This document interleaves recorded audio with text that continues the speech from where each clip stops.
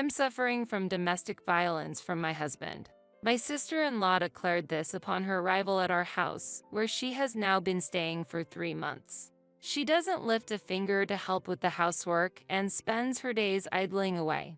Additionally, it pains me to see my husband prioritize her over our own daughter. When I asked her to take on some of the housework, I was told, if you're unhappy, then leave, which I found unacceptable.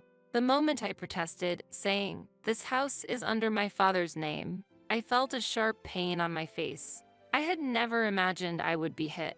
If that's what you want, then I will leave. My name is Katie. I am 34 years old and work as an office employee. I currently live in a condominium in the Northeast region with my husband David, who is also an office employee, and our daughter Nicole, who is in her first year of elementary school. This condominium is under my father's name because David found the contract procedures too bothersome and left it to me. I don't have any major complaints about life. However, it is certainly hard to juggle work, housework, and childcare all by myself, and my days fly by. After work, I prepare dinner for the whole family, do the laundry, and on days Nicole has piano lessons, I also handle the transportation. My days are incredibly busy, and I hardly have any time to rest. But David isn't very cooperative with housework or childcare. I have the same level of dissatisfaction many wives feel, but since we live apart, there are no major issues with my in-laws, and my parents-in-law are understanding and respectable people. Aside from the business, my daily life was very peaceful until one day, our home's intercom suddenly rang. Yes, who is it? When I went outside, there was David's sister, Stacy. "Stacy, do you need something?" I asked her, and she looked a bit troubled and asked, "Is my brother here?" "Yes, he is. Please come inside." I invited Stacy inside, and David asked, "Stacy, what's wrong? Why are you here all of a sudden?" Stacy suddenly burst into tears and revealed, "Actually, I've run away from John." "What do you mean you've run away?" John is Stacy's husband. They were supposed to be living in the Southwest region, having married about a year ago. To tell you the truth, John started being violent towards me right after we got married. "Violent?" David exclaimed in shock. I was also surprised by this revelation. I had met John only once at their wedding, and he seemed kind and sincere at the time. I couldn't believe he would be someone who could inflict violence on his spouse. "Stacy, is that true? You're saying John has been violent towards you?" "It's true. He was a warm person before we got married. But after the wedding, his personality changed, and he started being violent. I endured it for a year, but the situation didn't improve at all. I was always being hit. I've reached my limit, so I ran away from John. I'm considering divorcing him. However, I'm having trouble finding a place to live until the divorce is finalized. So, could I stay here for a while?" As Stacy spoke with tears in her voice, my husband said, "But of course, that's fine. Katie, that's okay with you, right?" "Yes, of course. You've really had a tough time." I felt sympathy for Stacy's experience and responded in this way. "By the way, have you talked to your parents about the violence and the divorce?" When I asked, Stacy answered, "I haven't told my parents yet. I don't want to worry them. I'll tell them once the divorce is finalized, so please keep it a secret from everyone else until then." Thus, our sister-in-law began living with us, and that was the beginning of an unexpected turmoil. The addition of another person to live with us increased the amount of meal preparation and laundry, as well as our living expenses. Stacy had been dedicated to her family life and didn't have a regular income, so contributing to the household financially wasn't an option. At the very least, we hoped she would help with housework, shopping, and meal preparation while we were at work. But we didn't receive such help, and she just spent her days idly at home. At first, considering the situation of being a victim of domestic violence, we didn't say anything, but after a month, we inevitably started to feel discontent. One evening, I asked Stacy, "Stacy, have the divorce negotiations with John not finished yet?" She replied, "Actually, John isn't agreeing, and there are some issues." "I see. but you'll need to be independent and start looking for a job and a new place to live soon, right? You can't stay here forever. Do you want me out of here as soon as possible? Not at all. However, I was hoping you could help out with some house chores while you're staying here. Why should I have to do such work? I'm emotionally hurt from various issues. Please leave me alone. This conversation continued, and the next day, I was confronted by my husband. Katie, it seems you told Stacy to leave the house soon. I said nothing of the sort. I only advised her to start looking for a new job and place to live, considering her future. Moreover, with an additional person in the house, cooking and laundry require more time and effort, so I was hoping she could help out. Could you say something as well? Or perhaps you could take over driving Nicole to her piano lessons? Why should I do that? I have work, so do I. But taking Nicole to her piano lessons has always been your job. Anyway, don't bully Stacy. I'm tired and going to sleep, David said and left the room. Afterwards, Nicole came to me, looking worried. Mom, should I quit piano? Why would you say that all of a sudden? You always seem to enjoy it. Yeah, but it's a lot of trouble, right? I don't want to see Mom and Dad fighting over my lessons. I reassured her, don't worry, you can continue with piano, but inside, I wished my husband would make our daughter feel less concerned. When we first met David and Stacy's parents, they mentioned we both worked and couldn't spend much time with our children. But they played together a lot and were closer than most siblings. However, I think it's too much if his sister's excessive care makes our daughter consider giving up her hobbies. 2 months after Stacy came to our house, during dinner, David announced, I'm going shopping with Stacy tomorrow. When I reminded him, but tomorrow is Nicole's school festival, he replied, can't help it. Stacy insists on going shopping tomorrow. There's a limited edition cosmetic release tomorrow. I absolutely must have it, so we're going, Stacy said. Why are Stacy's wishes prioritized over Nicole's schedule? Who is more important, your daughter or your sister? You're going to Nicole's event, aren't you? You can take photos or videos. That should be enough. Nicole, witnessing this exchange, bluntly asked, how long will Aunt Stacy stay here? Upon hearing this, Stacy started crying, saying, everyone wants me out. David scolded, and Stacy is going through a tough time. It's terrible to say such things. Apologize. Frightened, Nicole softly said, sorry.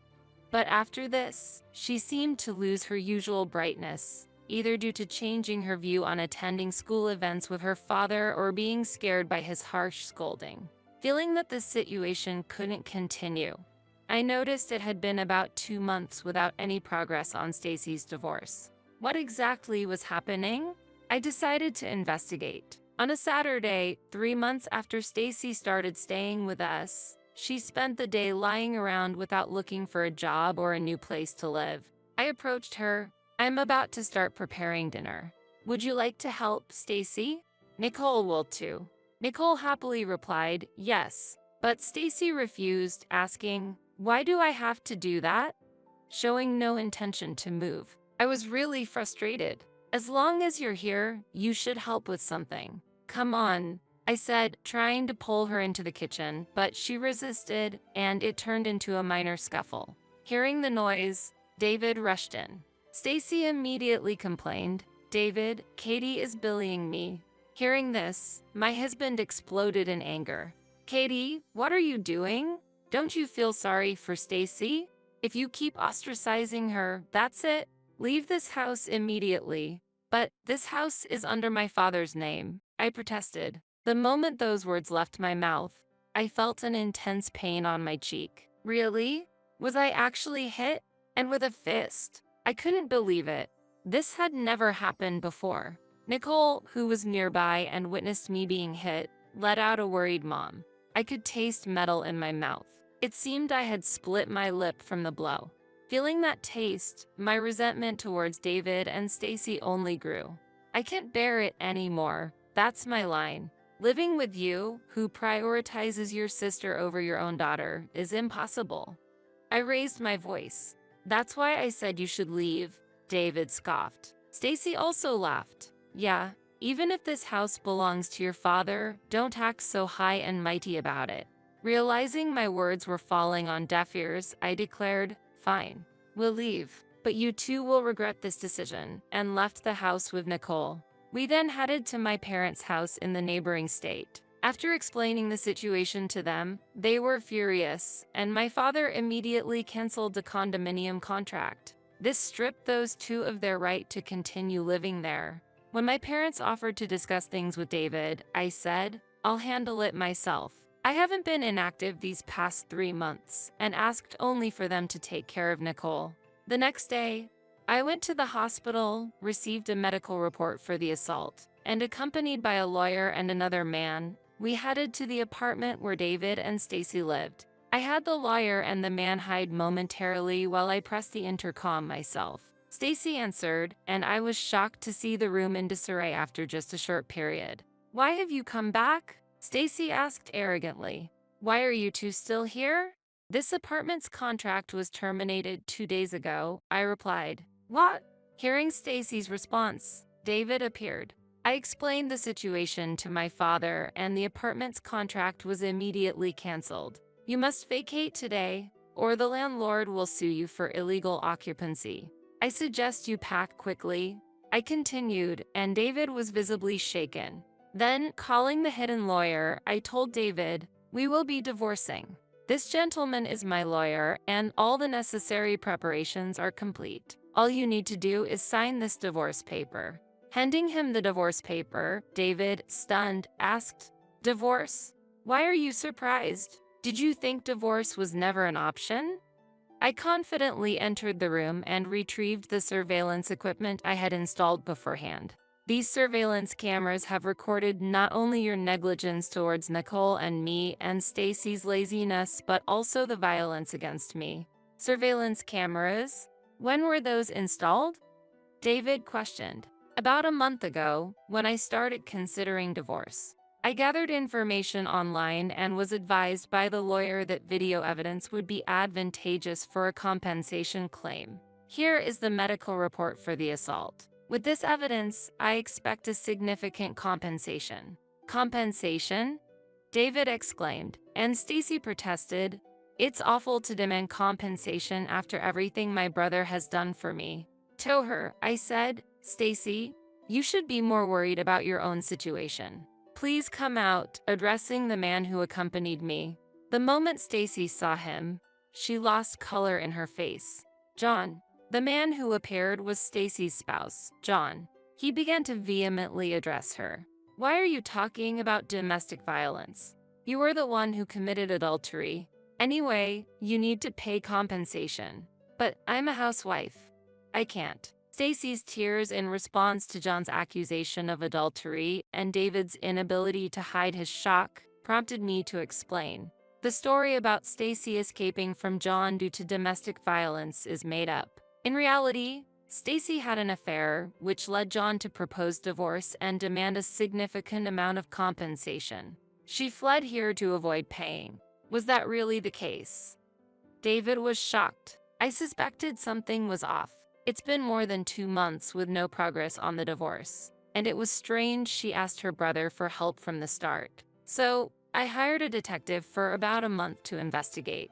The affair was uncovered, and to my surprise, the person involved is also married. An adulterous relationship from both sides. Unthinkable. You couldn't possibly discuss such a matter with your respectable parents. They'd be furious and wouldn't tolerate such a lazy lifestyle as you've had here. Well, I've already contacted your parents about Stacy's divorce and mine and David's. Upon hearing this, Stacy, with a trembling voice, was horrified. Did you really tell my parents about this? Yes, I did what was necessary. Your father and mother, as expected, were furious and ordered, come back home immediately.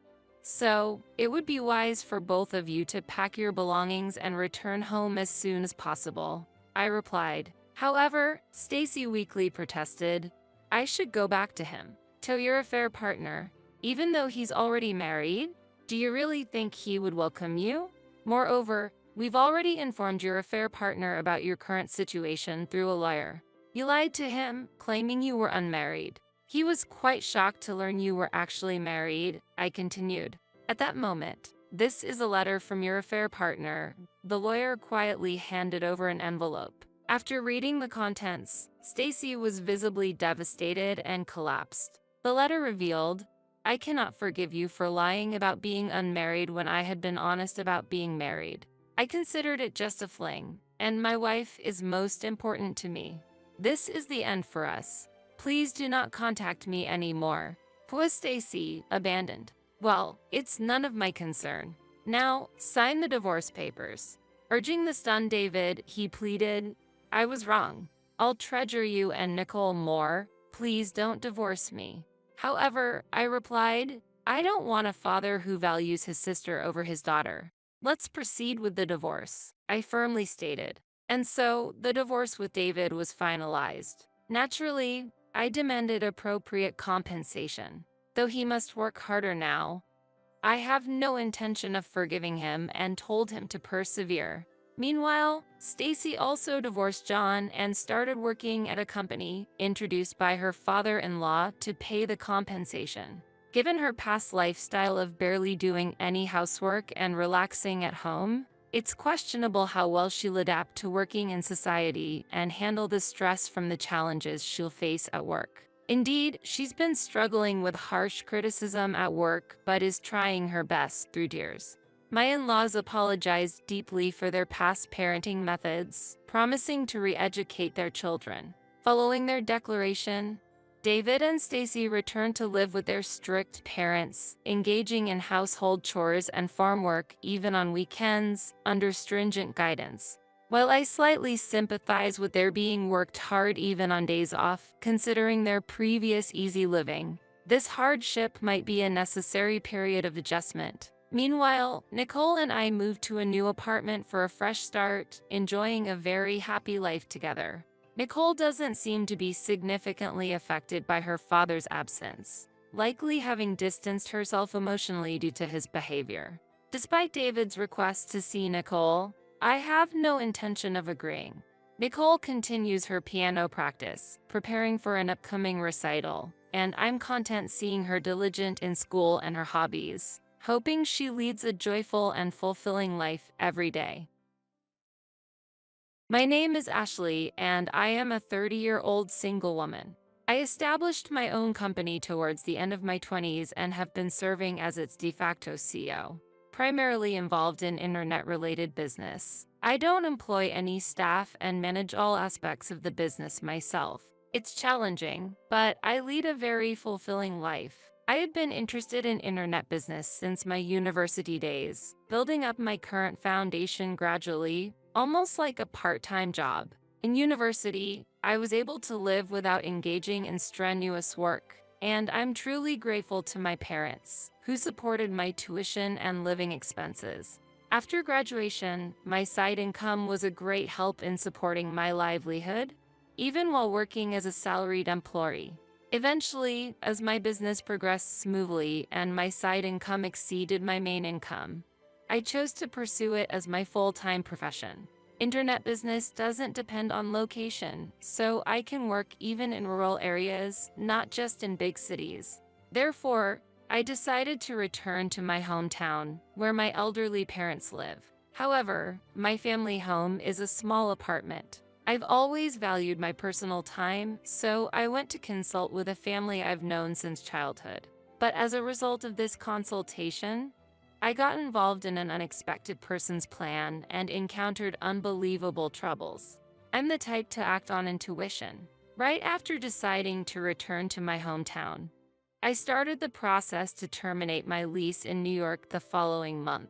Although I hadn't decided on a new place in my hometown yet, I proceeded with the termination, thinking I could temporarily return to my family home or stay in a hotel in the worst case, and started looking for a new house. As expected, there were plenty of immediately available properties and business hotels. I was impressed by the abundance of options in the countryside, but it was hard to find the property I wanted. I was looking for a property with separate rooms for hobbies, sleeping, and work. This was a wish I definitely wanted to fulfill. However, such rental properties were rare in this area, and I didn't sign a contract that day, deciding to spend the night in a hotel I had booked. That night, I suddenly thought of specific people. This story is about a family that used to live next to us. The daughter of that house was in the same grade as me. Originally, she had a father, but he passed away at a young age due to illness, and her mother supported the family by running a bar. My parents were busy, and it was common for me to be left in their care. It wasn't that I was reluctantly left there. Both families agreed on this arrangement, which led to such a situation. Instead of after-school care, I spent time at the bar with her daughter, doing homework and enjoying singing and shouting at karaoke until the bar opened. I remember we got along very well back then. However, when I was in the third year of junior high, they moved away and we lost contact since then. Now that I'm back in my hometown, I wondered if that bar still existed. Following my intuition, I headed there and found a woman in her 60s busily preparing for opening inside. There was still time before opening, so I was about to leave when the woman noticed me and came out. "Ashley, is that you?" she said with the same smile as before. Inside, I found Jessica, my former classmate, wiping tables. Her mother left to go shopping, leaving just Jessica and me. We fell into silence, not knowing what to talk about. While I was frantically searching for a topic in my head, she started talking first. But her words contained something surprising, and I was at a loss for words. "By the way, Ashley, are you still enchanting men one after another?" I couldn't understand what she was talking about at all. Triggered by that remark, Jessica started hurling accusations at me.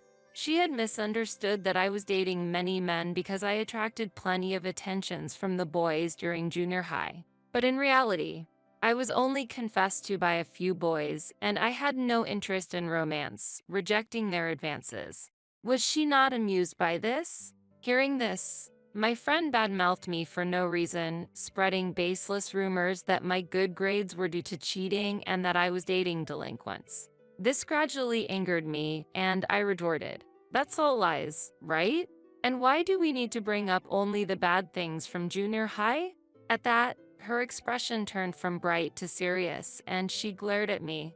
"It's always been a pain to get along with you. We only hung out because our parents were close, but I never actually liked you. In fact, I hated you," she said casually.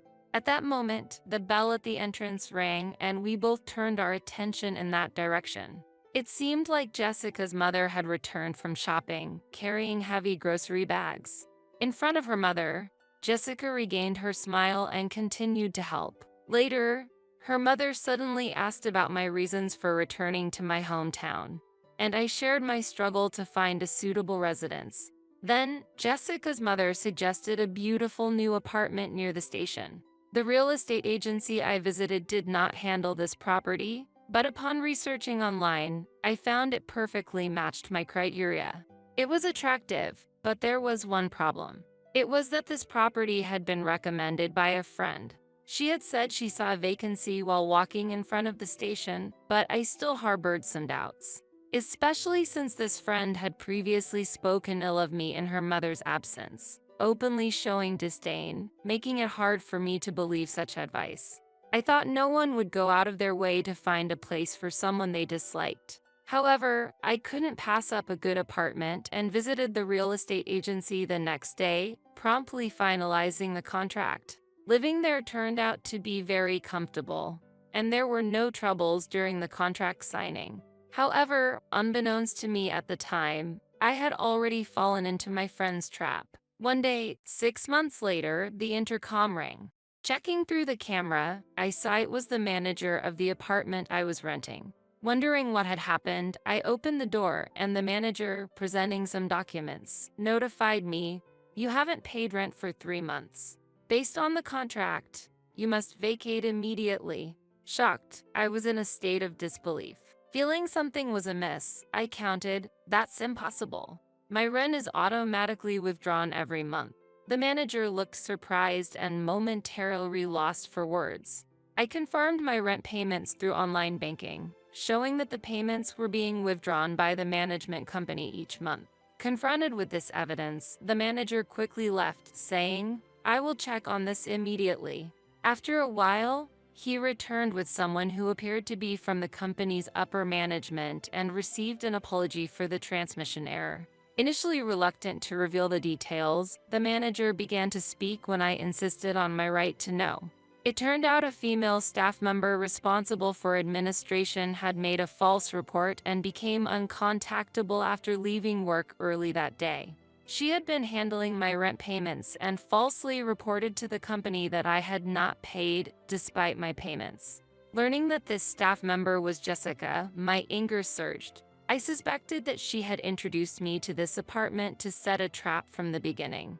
I thought she was working at her mother's bar, but the real issue was where my money had gone and why this situation was reported at this time. Apparently, the misuse of rent had been happening since I moved in, but there were records of correct payments for the first 3 months. This led to the discovery that rent for the 4th to 6th months had not been paid. Despite the reality, there were records of attempts to collect the rent via visits, mail, and phone calls, but these were reported as having no response. Therefore, based on the contract, the manager explained that they had no choice but to take measures for forced eviction. However, the manager apologized, stating that he had entrusted financial management to the administrative staff and had responded without thorough verification, leading to this situation. Still, my anger towards Jessica did not subside. Despite the fact that she had disliked me from before, this was an excessive act. Embezzlement is a serious crime. I couldn't easily forgive a friend who committed such a despicable act and decided she must face proper consequences for her wrongdoing. That evening, I visited the bar again. It was early on a weekday, so there were no customers yet. When I entered, her mother welcomed me warmly, and Jessica also behaved cheerfully. The moment I sat down, I asked her with a bright smile, "Don't you think you should repay the embezzled money to the company?" Upon hearing this, her mother looked confused, a question mark hovering over her head. But Jessica was shocked, a look of tension crossing her face. Sensing the tension in the air, her mother changed the sign from open to closed. Jessica's mom. I just want to talk to Jessica for a bit. I won't be a bother. So you can keep the shop open, I said, but her mother shook her head. You mentioned embezzlement, right? That's a crime. I think I, as a mother, need to know, she argued, and we continued the discussion there. When I again conveyed the fact of embezzlement to Jessica, she denied it. I absolutely didn't do such a thing. It's completely unfounded. She claimed her unreachability was not due to fleeing but merely an oversight. But such excuses were not acceptable in reality. Normally, in such a situation, there would be some kind of contact with the company or home, right? I pointed out, and her mother responded that no one had come. In fact, Jessica had also falsely reported her address to the company, leaving them confused and unable to locate her. I didn't know her exact address, but I had seen her working here 6 months ago and guessed she might still be here today. And indeed, she was here. Did you recommend that apartment because your company manages it? You planned to use my funds for yourself from the start, didn't you? The unpaid rent report was just harassment, right? I asked, but Jessica remained silent. However, when her mother urged, "Tell the truth," she finally began to speak. Still, she said with envy, "Well, the cat's out of the bag now, so it can't be helped. But it's your fault, Ashley. You rejected Keith, whom I liked, and always got attention for your excellent grades. You're really annoying." Hearing these words of jealousy, even her mother was lost for words. She must have never imagined such a deep rift in her daughter's relationships. Then her mother asked with a trembling voice, "Why were you embezzling?" To which Jessica gave a shocking response. "Huh? Oh, that was because I had debts. I spent too much and it ballooned. Just when I was wondering how to pay it back, a convenient wallet came along," she answered nonchalantly. She admitted she had thought about harassing me if we ever met again and felt lucky to have this opportunity. Her mother couldn't hide her shock at her daughter's transformation, but Jessica seemed indifferent, saying, I'm your only daughter, right, Mom? If you compare me and her, it's obvious who is more important. You always take my side, right? These words only added pain to her already overwhelmed mother. Considering her mother's feelings, I couldn't help but say, I'm not here to persuade you. I came to find evidence that you need to atone for your crime. Despite the manager's suggestion to settle the issue internally as a company mistake, this whole incident stemmed from past conflicts between Jessica and I. That's why I first wanted to talk directly with Jessica and came here. But Jessica, maintaining her composure, boasted, "This is ridiculous, isn't it? There are no security cameras here, and Mom will definitely take my side. Who would believe you over me? I've played lead roles in the drama club in high school. I'll just cry and claim you're lying. Your words won't serve as evidence." However, I wasn't that naive. "What are you talking about? This conversation is being recorded. That will serve as evidence. You think I came here and prepared?" I retorted confidently. Then Jessica's expression changed. She grabbed my collar and shook me violently, saying, "What? Erase that recording right now. Don't mess with me." Not just embezzlement. Her act of violence towards a defenseless person also constitutes assault. Appalled by her accumulating crimes, I was admonishing her when her mother shouted, "Stop it." Her mother slapped Jessica's cheek hard and tearfully exclaimed, "You must atone for your mistakes." Jessica was shocked to see her usually calm mother yelling and raising her hand. As she looked back and forth between me and her mother, completely unsettled, I told her, "I'll hand this recording over to the person in charge. Is it fun to act this way because of our past conflicts and cause trouble for your mother?" I'm truly disappointed, and left the bar with those final words. As a result, her mother came out with Jessica. She tried to force Jessica to apologize and demanded apologize to Ashley. Jessica seemed to feel betrayed by her mother, whom she held dear, and did not let go of her defiant attitude. She didn't want to apologize to me. Seeing Jessica maintain this attitude till the end, I felt an indescribable sadness. You're wondering why your mom isn't taking your side, aren't you? But it's you who rejected her efforts for you and betrayed her. Not everything is someone else's fault, I said. Jessica lifted her face, awkwardly averting her gaze. Perhaps my words struck a painful chord as she appeared frustrated. Eventually, there was a final word of apology from her. Hearing that, I thanked her mother and left the place. Later, Jessica accepted her mother's persuasion and fully admitted her guilt. The company insisted, "We won't accept any out-of-court settlements before the criminal trial," and took the case to court. The amount embezzled was less than $10,000. Jessica admitted her guilt, and her mother promised to repay the embezzled amount, resulting in a suspended sentence. Afterwards, Jessica voluntarily resigned from the company. Her mother, having repaid her daughter's embezzlement, closed the shop and returned to her parental home in the countryside. I heard her reason for leaving was, "If I'm here, she'll rely on me again. It's best to leave her alone for her own independence." Jessica has lost her bond with her mother and is now alone in despair. Her job search is not going well, debts are piling up, and she sees no future ahead. I hope for her reform, for her mother's sake too. As for me, despite the company's mishandling, I found a resolution to the incident. They offered to waive my rent for a while and in return, asked me not to sue them.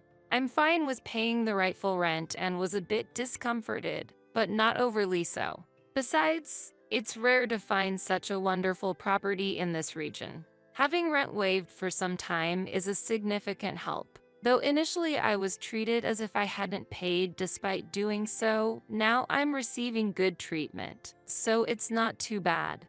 Hence, with no particular reason to move, I agreed to the company's request for a settlement. On a personal note, I married the man I've been dating. He moved here and we started living together. He was on a business trip abroad, and we planned to marry upon his return. Everything went as planned. We received blessings from everyone and are enjoying a delightful married life. There have been tough times, but now I'm at the happiest point of my life. I intend to continue building such happiness in my daily life. You're troublesome and your role is over, so get out. Mom, that's exactly right. I was thinking the same. So, Allison, we are going to get a divorce. Please leave here immediately. During our married life, I was forced to live with my in-laws and even had to help with loan repayments, only to be suddenly deemed unnecessary and told about the divorce. I have even reached the limits of my patience. Sadly, I thought of putting everyone in my in-laws family, including my husband, into a difficult situation. My name is Allison and I am 34 years old. This year marks the 6th year of my marriage with my husband, Ethan. We don't have any children yet, and to be honest, our relationship has completely cooled off. I thought marrying you would bring a more exciting life, but it was surprising.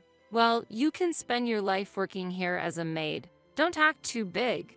About half a year into our marriage, my husband started calling me you, and I can't even remember the last time he called me honey.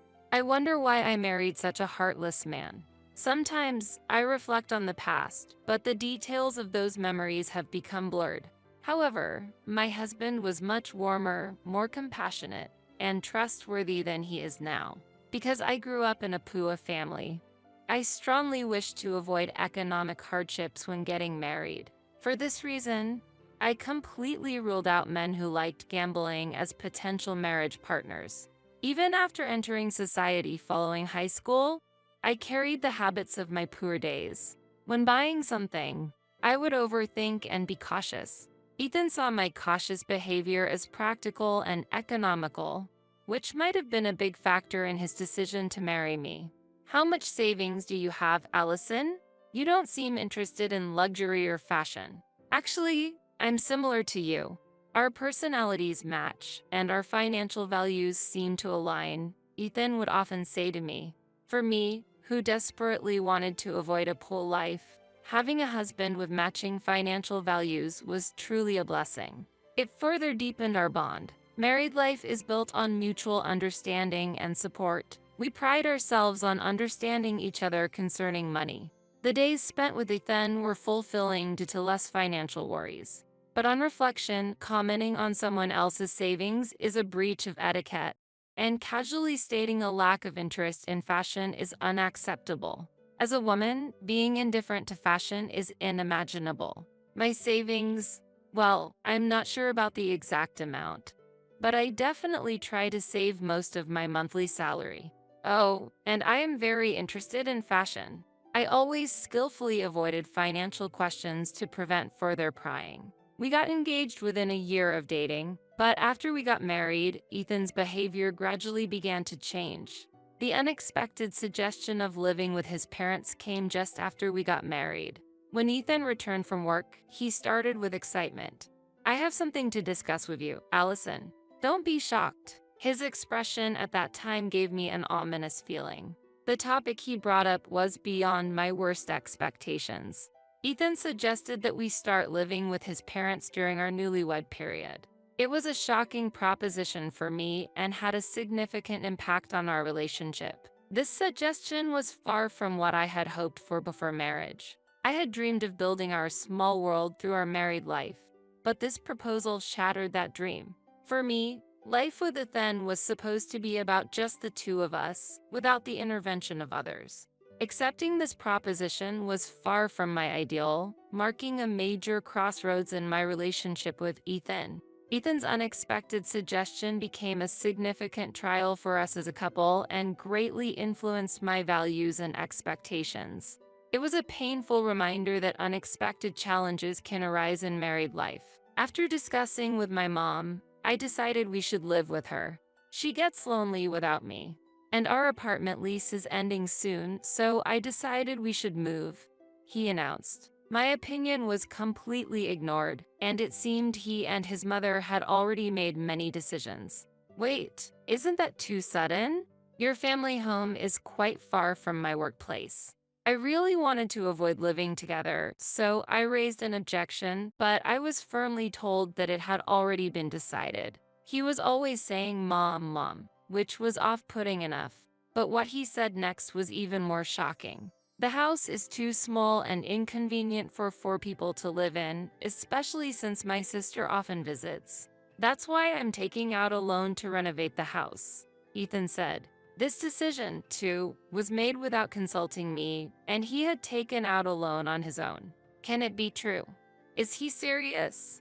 Before I could hear the whole story, I was speechless. How am I going to deal with this self-centered man from now on? That question crossed my mind. Life in my in-laws' home, and the frequent appearances of my sister-in-law. After a series of unbelievable stories, my husband made an even more shocking statement. That's why I want you to quit your current job. From now on, you must take care of my parents, not live just as my wife. If you still want to work, I'll allow you to do some work from home, he said. The development of the conversation was too sudden and one-sided, and it took time for me to accept and understand the situation. What? Why are you being so unreasonable? You're not considering my feelings at all. What? Why do I have to consider your feelings?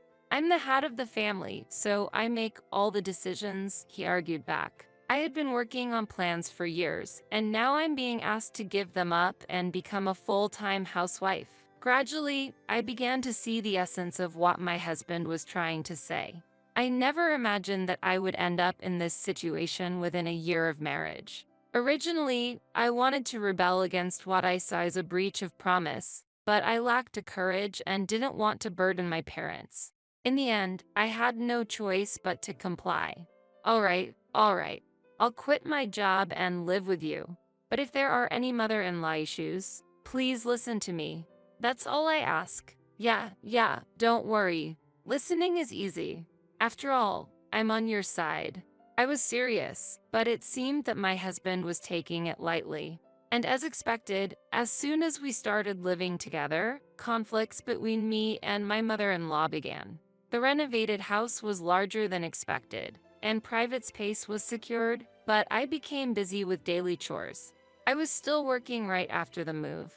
But my mother-in-law, uninterested in my work situation, said, "Hey, when are you going to quit your job and focus on housework? The house won't be in order if you keep this up." Every day, I faced one-sided criticism upon returning home exhausted. Initially, my husband had promised to support me with mother-in-law issues, but in reality, he never stood up for me, and eventually, he and his mother started blaming me together.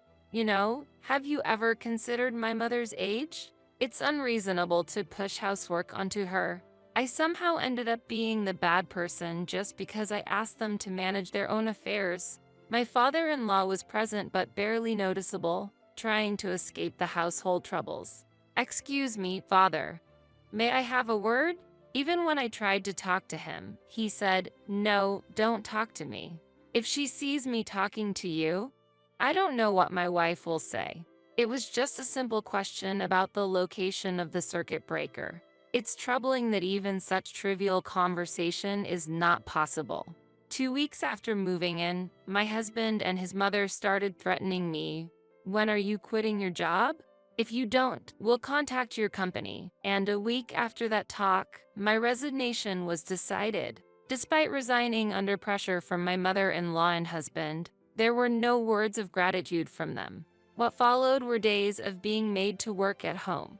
"And since you quit your job and our income has decreased, don't just rely on me, but think of ways to earn money through home-based work," I was told. I realized I was being demanded to not be lazy and handle everything. I lost the energy to even argue in surprise.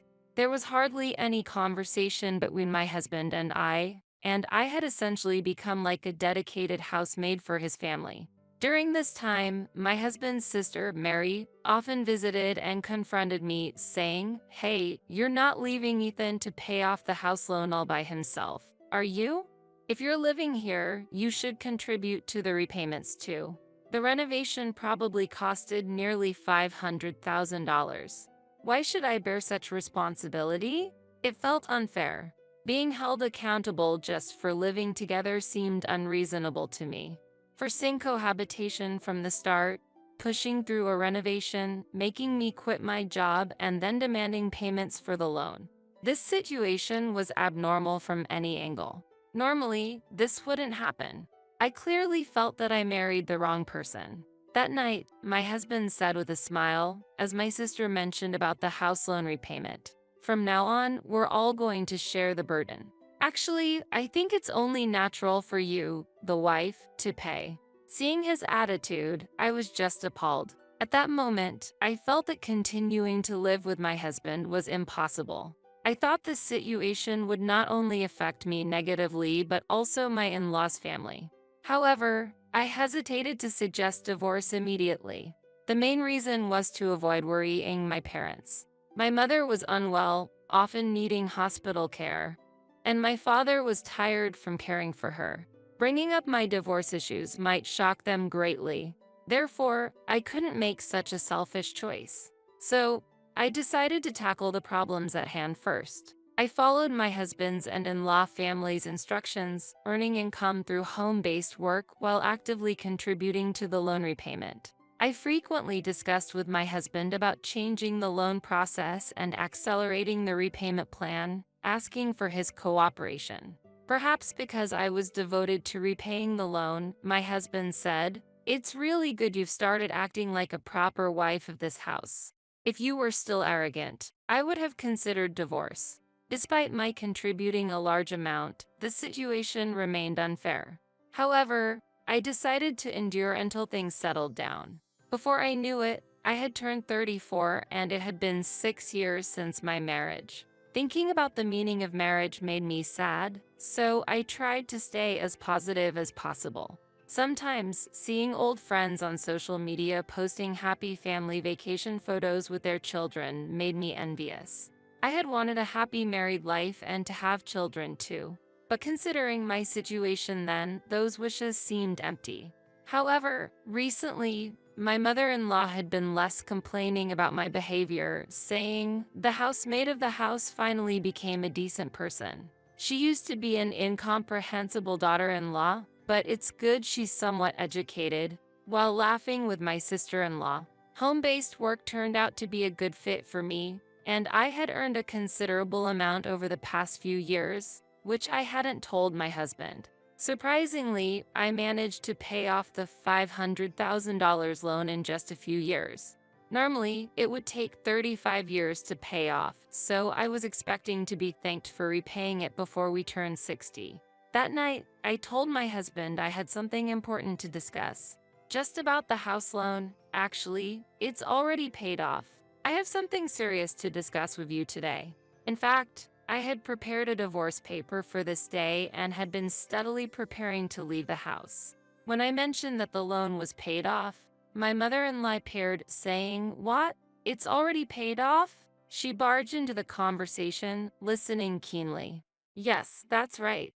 I was intending to have a serious talk with Ethan today, and at the moment I was about to talk about divorce, my mother-in-law approached me with a smile I had never seen before. There's nothing to worry about anymore. Unnecessary beings are no longer needed. From now on, we can start a new life with only the true family members, right?" She said. "Mom, that's right. I think the same. So Allison, we're getting a divorce. I want you to leave here quickly." My husband declared the divorce, even though I hadn't said anything yet. Despite being forced to live in the in-laws' house since marriage and even getting involved in repaying the household loan, I was suddenly kicked out from the house. I never imagined that my husband would bring up divorce before I could. Moreover, my mother-in-law called a locksmith right in front of me. "Can you change the locks as soon as possible? Please, as quickly as you can." I was just dumbfounded by this series of events. I had endured life in the in-laws' house and the relationship with my husband. But at that moment, I resolved to seek revenge against my husband and his family. My patience had finally reached its limit, and a flame of retribution ignited in my heart. Soon after, a locksmith arrived and began changing the house's locks. During this, my mother-in-law and husband looked at me smirking. "That settles it. Today you're leaving this house. From now on, it's just our happy family." "Yes, Allison, you've done well to endure this far. But this is the end. Don't expect any compensation or division of property. We haven't caused any problems, continued my mother-in-law. Realizing there would be no division of property, I thought to myself, is this really okay? I never imagined it would come to this. While taking out the prepared divorce papers, then I created a document stating that there would be no compensation or division of property and had my husband sign it immediately. My husband signed the divorce papers with satisfaction, under the watchful eye of his mother. Meanwhile, my father-in-law quietly observed the scene from a corner of the room. The realization that my departure from them was becoming a reality gave me an immense sense of relief. I quickly packed my belongings and left the house with the signed documents. I heard cheers and applause from inside the house, but I felt like sending them the same sentiment, as the situation was about to change drastically. Upon leaving the house, I immediately rushed to the municipal office to submit the divorce papers. Then, I headed straight to the real estate agency. In fact, I had already visited the real estate agent several times and had started the procedures there. Mr. Cohen, my agent and an expert in this field, fully understood my plan and acted swiftly. About a week after leaving the house, I received the expected call from my ex-husband and his family. Allison, what are you doing? We received a notice to leave the house within a week. Is this your doing? Unbelievable. How could you? My ex-husband exclaimed in rage. Mr. Cohen was very efficient in completing the procedures quickly and finding a new owner for the house. Yes, about that. I was the one who contacted the real estate agent. After all, I paid off the loan for that house, and the title was transferred to me midway. You haven't forgotten, have you? I responded. It seemed my ex-husband had forgotten everything. He had only been focused on getting my help with the loan repayment from the start, and he had followed my instructions for the other procedures and changes, but he had overlooked the details. However, it was his own responsibility for not verifying. Trying to put that responsibility on me is unreasonable. In fact, I was the one who paid the enormous amount of $500,000. Plus, I never received any living expenses from you. Your parents, even when they received their pension, said, "We'll spend our own money," and didn't contribute a single penny to the household. The reason for that is, my ex-husband tried to make an excuse, but in the end, it was I who had been supporting this family for years. After I was told to earn income through home-based work, I did so thoroughly despite the constant dissatisfaction that made my stomach ache. Despite my continued support in repaying the loan, I received not a word of gratitude and was kicked out from the house that eventually had its locks changed. I couldn't just stay silent in this situation. Wait, listen to me. Let's talk again. I think we can understand each other. We are a family, right? Besides, I don't have anywhere to go after leaving this house. You understand that, right? My ex-husband appealed in a tearful voice, but I had no intention of being swayed by such feeble words at this point. Where to go? What about your sister's house? Why don't you all live with Mary? It's a family matter, after all, I suggested coldly. Then, my mother-in-law took the phone and furiously said, "How spiteful can you be? Living at Mary's is impossible. She's having a hard time with her divorce. I can't imagine burdening my daughter with this." I retaliated against her words. Is that so? It's fine to inconvenience a stranger even though she's your beloved son's wife. I see. I understand you're thinking well now. That's why I dislike you even more. There's no way I'll help. What are you saying? My mother-in-law shouted in rage. Her anger was palpable through the phone, with her furious voice making me want to cover my ears. I felt lighter having conveyed everything I wanted to say. Well, please leave the house immediately. You might have financial issues, but if you're a close-knit family, you'll manage by helping each other. Goodbye. I said calmly. Wait, this is no time for jokes. My mother-in-law screamed, but I calmly hung up the phone. At that crucial moment, my ex-husband just hid behind his mother and said nothing. His true character was revealed. He talked tough on the surface, but at critical moments, he backed down. I had chosen the wrong man. 3 days later, Mr. Cohen, my agent, informed me that my ex-family had stealthily moved out at night. Without a decided destination, they ultimately went to my father-in-law's rural hometown. Without savings and nowhere else to go, the countryside was their only option. Their economic hardships will continue, and they'll never again live in a beautiful single-family home. They should look back and remember the comfort of those times. I am relieved there was no division of property. After all, someone capable of repaying $500,000 in 5 years might have various plans, right? I was fortunate that my ex-husband was short-sighted. I planned to buy a new apartment with a fresh mindset and regain a comfortable life.